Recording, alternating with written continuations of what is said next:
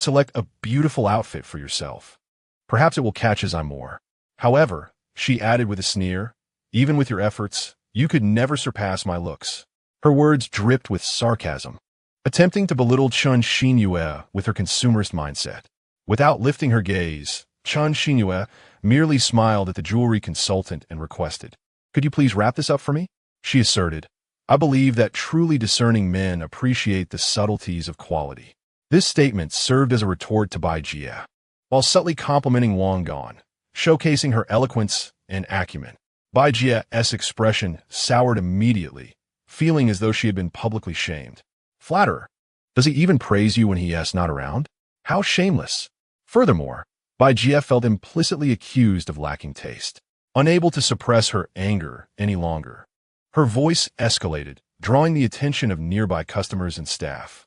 With a derisive laugh, she declared, "Taste? That's laughable. Just look at what he usually wears and what watch he sports. That Rolex on his wrist could buy up your entire collection." She continued, "Here you are, fussing over these trivial items worth thousands, all purchased with his money. Are you trying to win his favor or remind him of the disparity between you two?" The more she spoke, the more agitated she became, stepping closer to Chen Xinyue and almost whispering in her ear, "Don't waste your efforts. He doesn't see you that way at all. He merely regards you as a chauffeur." Her words were brutally cutting. A flicker of anger crossed Chen Xinyue's face, but she quickly regained her composure. She merely cast a calm glance at Bai Jie, as if regarding a mere jester. She understood that engaging in a dispute with a foolish woman blinded by jealousy was beneath her. The true outcome will be determined by the final arbiter. After venting her emotions, Bai Jie, noticing Chen Xinyue's serene demeanor, felt even more incensed. She resolved to demonstrate her superiority through even more extravagant spending. To deliver a fatal blow to Chen Xinyue and fully exhibit her elite status, Bai Jie chose the Cartier boutique as her final battleground.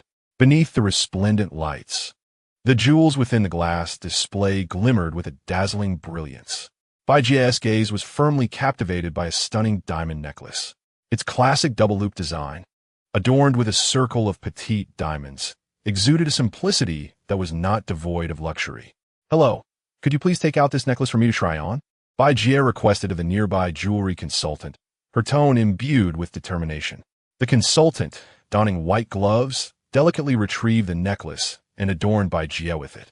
The cold chain pressed against her warm skin, and in the mirror, her reflection, enhanced by the necklace, instantly ascended to a new echelon of elegance.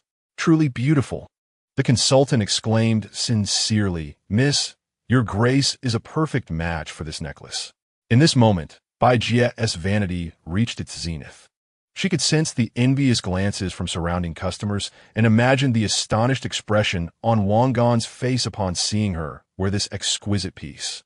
A fleeting glance at Chen Xinyue revealed a calm and unperturbed demeanor, prompting a silent scoff from Bai Jie, who thought to herself, "What a bumpkin. Clearly unacquainted with fine treasures. What a wasted opportunity. I'll take this one. Let us charge it," she declared, extracting her black credit card from her bag and presenting it to the consultant with a regal air. Priced at 98,000. This necklace was the most extravagant item she intended to purchase today, a perfect finale to her shopping spree. The consultant respectfully accepted the card and turned toward the machine. However, mere moments later, she returned with an expression of awkwardness. "I'm terribly sorry, miss," she murmured. "It seems that this card has insufficient funds." "What?" Bai Jie's voice shot up incredulously. Unable to believe her ears, she insisted, "That's impossible. Try it again." The consultant obliged, but the result remained unchanged. Within the Cartier boutique, amidst the glittering lights, the atmosphere had grown palpably tense. The glaring words, "insufficient funds" on the machine struck Bai Jie like a series of resounding slaps to the face. The eyes of the surrounding customers, including the consultant who had just been lavishing her with praise, now bore a curious and inexplicable scrutiny. Bai Jie's face flushed crimson, a burning embarrassment overwhelming her, wishing desperately for a crevice to hide within. Instinctively, she retrieved her phone to check her spending records, but abruptly recalled that this card was a supplementary one belonging to Wang Gan. It was not linked to her mobile number, thus rendering her incapable of accessing any information. The only recourse available to Bai Jie was to fumble through the numerous shopping bags at her feet, desperately searching for a thick stack of paper receipts emblazoned with the logos of various luxury brands. Chun Xinyue, too, quietly produced several receipts from her own shopping bag, her movements far more composed, as she was well aware of her own finances. Just how much could this possibly amount to? Exclaimed a passing young couple, astonished at the mountain of shopping bags at their feet. My goodness, are these two affluent heirs buying this much in just an afternoon? Surely they've found themselves some sugar daddies. What extravagant spenders. One remarked, while another questioned, but where are their entourages? The scattered whispers of passers-by pierced through Bai Jie's ears like needles, amplifying her embarrassment. She and Chun Xinyue squatted in an inconspicuous corner of the mall, akin to two students who had erred, meticulously checking their receipts one by one. The figures grew increasingly staggering. 18,000 for a dress, 23,000 for a suit, 31,000 for a trench coat. With each escalating number, Bai Jie's heart sank deeper, enveloped in a frenzy of consumption. She remained oblivious to the fact that she had squandered such an exorbitant sum. Meanwhile, Chun Xinyue silently chuckled within, for all of this was part of her intricate scheme. From the moment Bai Jie embarked on her reckless spending spree, she had subtly encouraged her, even whispering words like "this one suits you better," or "that one looks lovely," subtly fanning the flames of desire. Her intention was to lay bare Bai Jie's greed and vanity in front of Wang Gan. Ultimately, when they tallied the amounts on all the receipts, they arrived at a staggering total of 296,700 yuan, a figure that nearly made Bai Jie faint. Wasn't the card limit 300,000? Her lips turned pale, and her voice trembled. She could hardly believe that she had indeed maxed out a credit card with a limit of 300,000. Chun Xinyue feigned an appropriately grave expression, but internally, she remained utterly calm. She knew that out of the nearly 300,000, 220,000 was Bai Jie's expenditure. If responsibility were to be pursued, it would rest heavier on Bai Jie's shoulders. Moreover, many of the items purchased were selections made for Wang Gan. With a sense of composure, she felt no panic. What now? Bai Jie, in a state of disarray, turned to Chun Xinyue, her expression revealing a rare plea for help. Should they call Gan to explain? The thought barely crossed her mind before she dismissed it. Call? What would she say? That they had lost control and maxed out the card? That would blatantly inform Wang Gan that they were merely two greedy and foolish women. The consequences of that realization were unfathomable. Chun Xinyue, sensing the moment, shook her head, adopting a tone laced with trepidation and concern, maintaining her facade of a supportive friend. Calling now would only invite scorn. Bai Jie, it's my fault. I should have stopped you earlier. Gan gave us the card as a test, and look at what we've made of it. Let us head back and face him. Perhaps an apology in person could mitigate the situation. Her words deftly took on a smidgen of responsibility, presenting her as empathetic while subtly emphasizing that it was Bai Jie's uncontrolled spending that lay at the heart of the predicament. With their spirits dampened, the two no longer felt the thrill of shopping, burdened as they were by the weight of the numerous shopping bags as they exited the mall. What had once felt like triumphant spoils now resembled ticking time bombs, each bag potentially igniting an insurmountable wrath. On the bustling streets, both women found themselves engulfed in shared emotion, fear of the impending unknown judgment. Bai Jie had shed her earlier arrogance, resembling a defeated rooster. Chun Xinyue, though feigning anxiety, was acutely aware that she held a trump card in the carefully selected gifts for Wang Gan. She gambled on the hope that Wang Gan would, in light of her sincerity, overlook her shortcomings. This shopping escapade concluded in a manner that Bai Jie had never anticipated, leaving them in a state of disarray.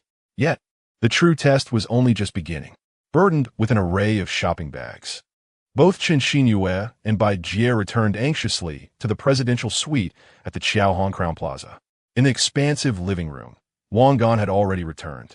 Dressed in comfortable casual attire, he lounged on the sofa, leisurely sipping an amber-hued whiskey while gazing out at the magnificent river view.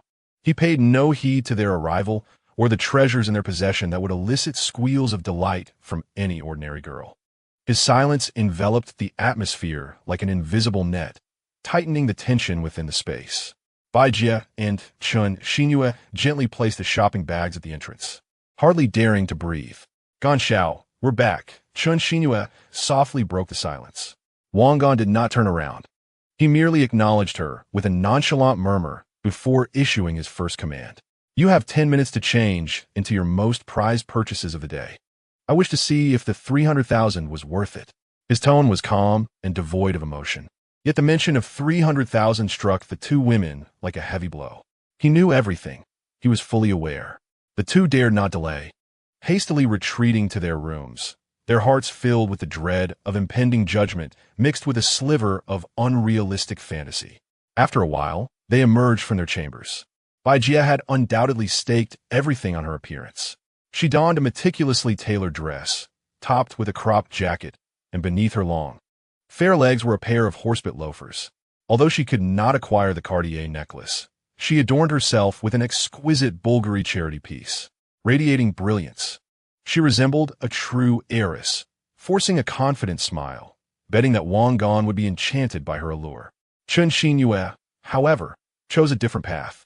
She wore a discreet cashmere ensemble, the fabric and cut perfectly accentuating her intellectual elegance. In her hands, she carried nothing but a delicate gift box. The two stood before Wang Gan in the living room, positioned like items awaiting appraisal. However, the anticipated judgment never came. Wang Gan merely lifted his gaze briefly from his phone screen, his attention barely lingering on either of them for less than a second before it fell again. He resumed scrolling through the news, as if the two standing before him were merely inconsequential figures in the air. This utter disregard proved far more devastating than any harsh criticism. The message conveyed was clear. Despite your meticulous adornment, you are worthless in my eyes. The smile on Bai Jie's face instantly froze. The fortress of confidence she had painstakingly erected crumbled in an instant under Wang Gan's indifferent glance. He set his phone down, rose, and walked directly toward the dining area. Time to eat. Chapter 158. The unfathomable power of heaven dinner was a sumptuous feast delivered by the hotel, featuring exquisite dishes ranging from Australian Wagyu beef to Icelandic lobster. Each plate a masterpiece in its own right. Yet, amidst this eerie silence, even the most delectable fare tasted like mere wax. At the table, Wang Gan dined gracefully, his demeanor composed and detached. He uttered not a word, neither inquired about their purchases nor mentioned the matter of the credit card being maxed out. This silence loomed like the sword of Damocles above the two women, rendering them unable to savor their meal, their discomfort palpable. Each second of stillness mercilessly crushed their nerves. Bai Jie attempted several times to speak, to showcase her newly acquired coat, hoping to lighten the atmosphere with a playful tone. However, each time her words hovered on the brink of utterance, they were swallowed back by the weight of Wang Gan's unyielding gaze.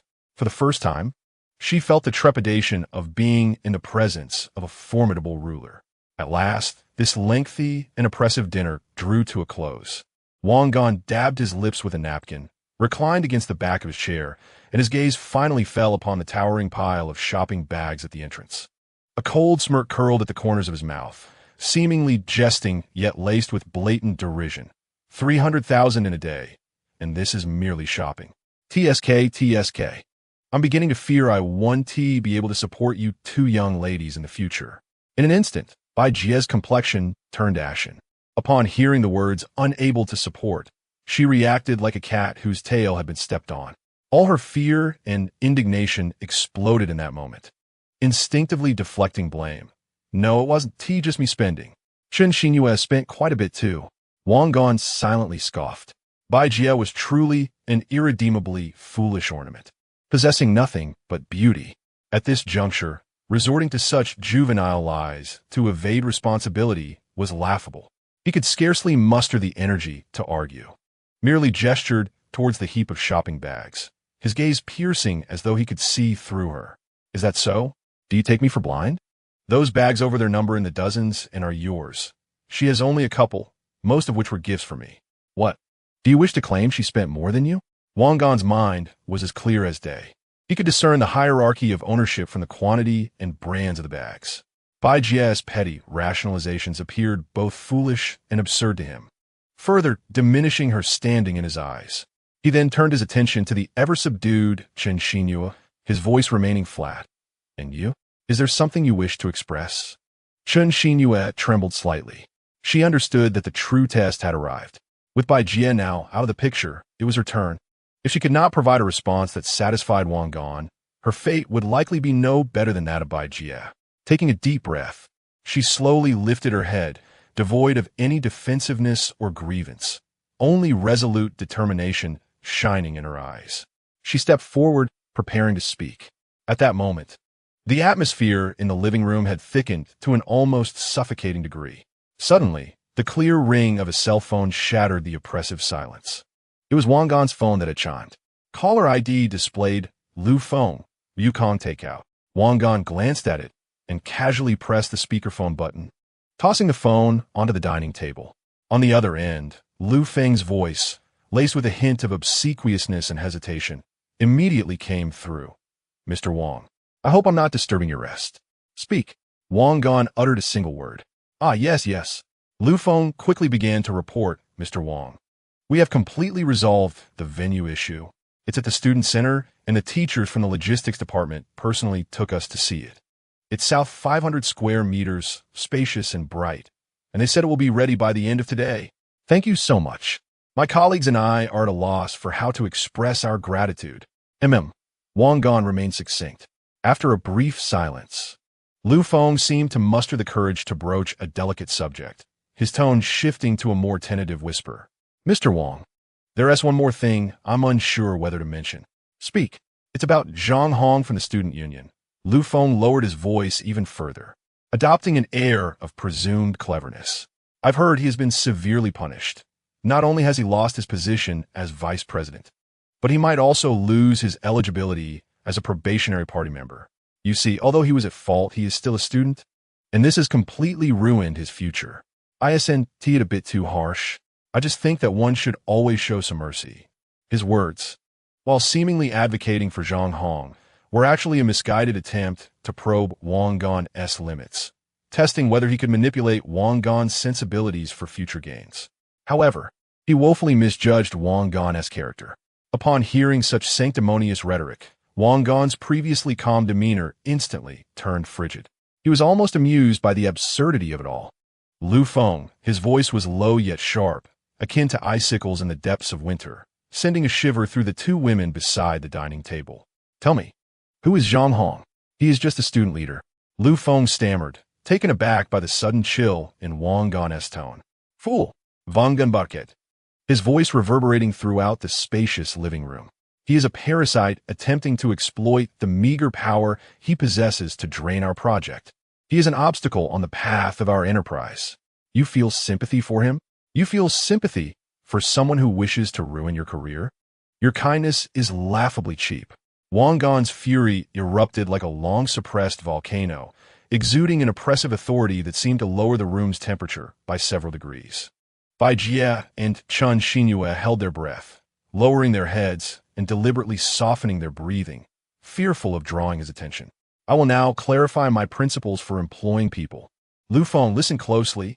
I will only keep two types of individuals by my side: those who can create value for me and those who can absolutely execute orders.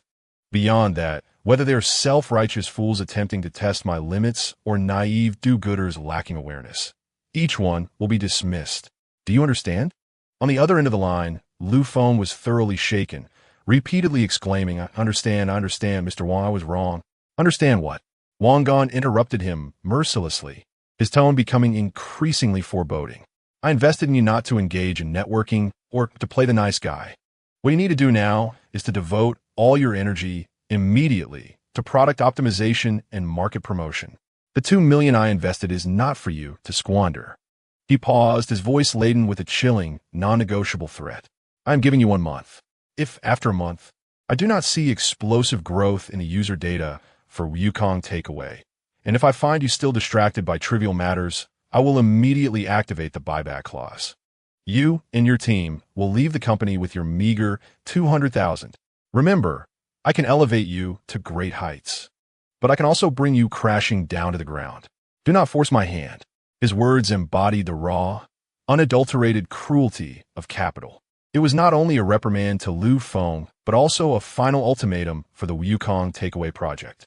Bai Jie and Chen Xinhua, merely witnesses, were already sweating with anxiety, gripped by the oppressive force of his authority. For the first time, they recognized that this man was far more than a wealthy heir with disposable income. He was a decisive, ruthless capitalist. His gentleness and cruelty were equally captivating and terrifying. Lu Feng on the other end was rendered speechless, repeatedly stating, "Yes, yes, Mr. Wang, I was wrong. I will do my utmost," before hastily hanging up. The living room fell into a deathly silence once more. Wang Gan picked up his phone and expressionlessly tossed it onto the sofa. As if he had completely forgotten the earlier confrontation, his thunderous wrath dissipated without a trace. He slowly turned around, his cold gaze finally landing on the two women, who were now frozen in shock. He uttered not another word, yet the disappointment, coldness, and scrutiny in his eyes were more lethal than any venomous words. Every statement he had directed at Lu Feng now ricocheted back, piercing their hearts. "You can't even grasp your own position. If you lack value, you must go." The overwhelming fear and pressure peaked at that moment.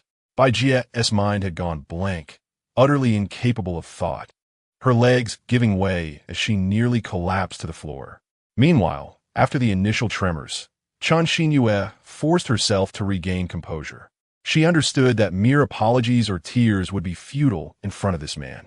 She needed to take action, something that would quell his anger and demonstrate her value and determination in a unique way.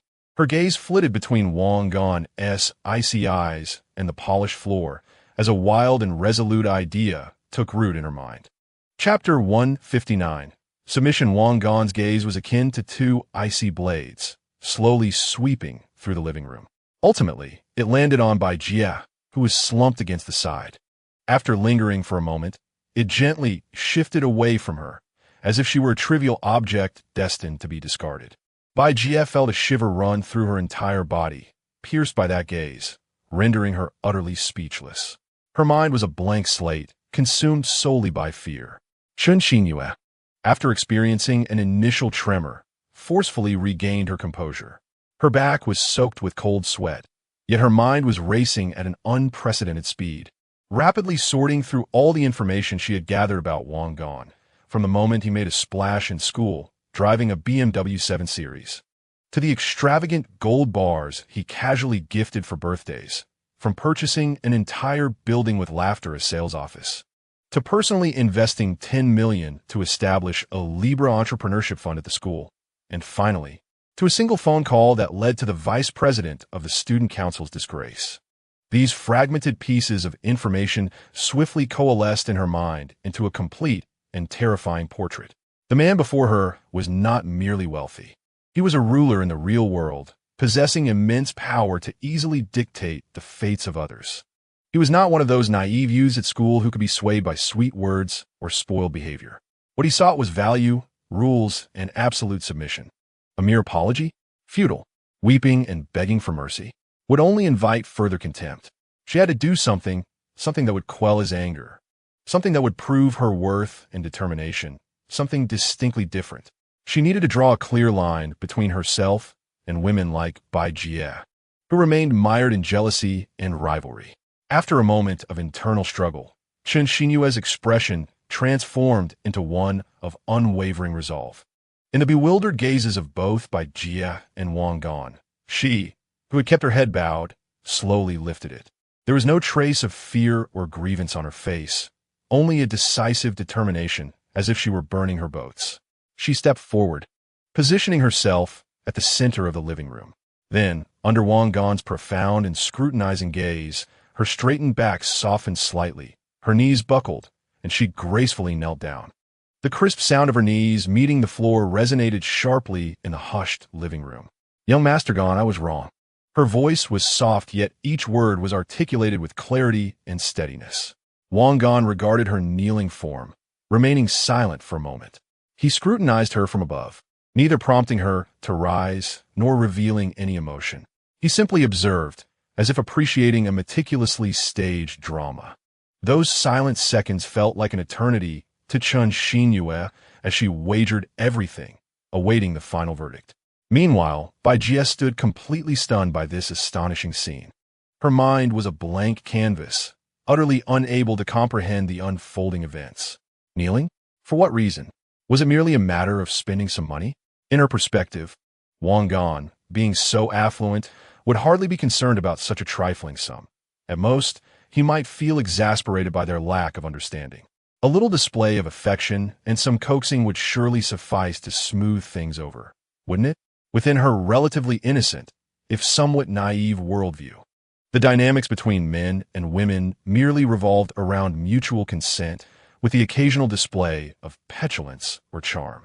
However, Chun Xinyue's act of completely debasing herself and prostrating on the floor transcended her comprehension. "Xinyue, please get up." Bai Jie instinctively moved to assist her, her voice tinged with urgency and a hint of sweethearted concern. "What are you doing?" Wang Gan won't genuinely be angry. Before she could finish her sentence, Wang Gan silenced her with a piercing gaze. The moment Bai Jie encountered that stare, she trembled, instantly falling silent. It dawned on her that the atmosphere in the room had evolved beyond her understanding, and it was certainly beyond her capacity to intervene. Wang Gan's attention shifted back to Chun Xinyue, ignoring Bai Jie's well-meaning intentions. Chun Xinyue understood that her kneeling was a decisive act to delineate herself from the naive notions held by Bai Jie. She lifted her head, meeting Wang Gan's gaze, and began her address in an exceedingly humble tone. "Gan Xiao, my shortcomings have led to this situation. I failed to manage Bai Jie properly and did not intervene in time when her spending spiraled out of control. I recognize that I lack the authority to infringe upon her freedom, nor do I possess the right to dictate how this card should be utilized. Yet, as someone who stands by your side, I should have at least fulfilled my duty to provide a warning, which I regretfully did not. This is my incompetence, and I willingly accept the consequences." Her words were articulated with remarkable finesse. She assumed full responsibility, demonstrating accountability while subtly emphasizing her lack of authority, thereby distancing herself from Bai Jie's foolish actions. Wang Gan, of course, comprehended the true significance of Chun Xinyue's kneeling. This woman was even more astute and formidable than he had anticipated. She sought not love, but status. Through this extreme gesture, she showcased her loyalty and resolve. She was wagering that her admiration was not for an innocent little rabbit, but for an equally ambitious, rule-abiding counterpart capable of generating value, a capable and attractive tool. On the surface, her kneeling was an act of contrition. Covertly, it was a declaration of her desire to penetrate the core of power, presented with her dignity at stake. How intriguing, truly fascinating. A subtle smile graced Wang Gan's lips as he stepped closer, not immediately assisting her, but instead bending down to open the gift box that Chun Xinyue had presented. Inside lay a pair of enamel cufflinks and a silk tie, quietly resting. "Good taste," he remarked nonchalantly before reaching out to grasp Chun Xinyue's chilled arm, helping her rise from the ground. As she stood, her legs felt somewhat numb. Yet a wave of exhilaration surged within her heart. She knew she had won her gamble. "Remember," Wang Gan said, gazing into her eyes, each word enunciated with a voice that, though soft, resonated with undeniable authority. "From now on, without my permission, do not kneel again. My people should not be so humble." This proclamation served as a formal decree, elevating her status. Chun Xinyue felt a surge of emotion, her eyes reddening as she nodded fervently, "Yes, Gan Xiao." Meanwhile, Bai Jie, who was listening to this exchange, though still somewhat bewildered, since that from this moment on, Chun Xinyue and herself had diverged into two distinct worlds. Wang Gan paid them no further heed, turning away as if he had merely performed a trivial task, and resumed his seat on the sofa, then declared, "Prepare to head out." Bai Jie, caught off guard, inquired, "Where are we going?" Wang Gan cast her a glance that conveyed his impatience, as if regarding a fool. "Feywild," he replied. At that moment, his expression underwent a dramatic transformation. The previous icy demeanor melted away, replaced by a nonchalant, languid smile, as if the tense judgment that had just transpired was but a figment of imagination. "No one is allowed to spoil tonight's fireworks show." His capricious disposition sent a chill down the spines of the two women, who increasingly perceived Wang Gan as an enigmatic riddle. His moods and thoughts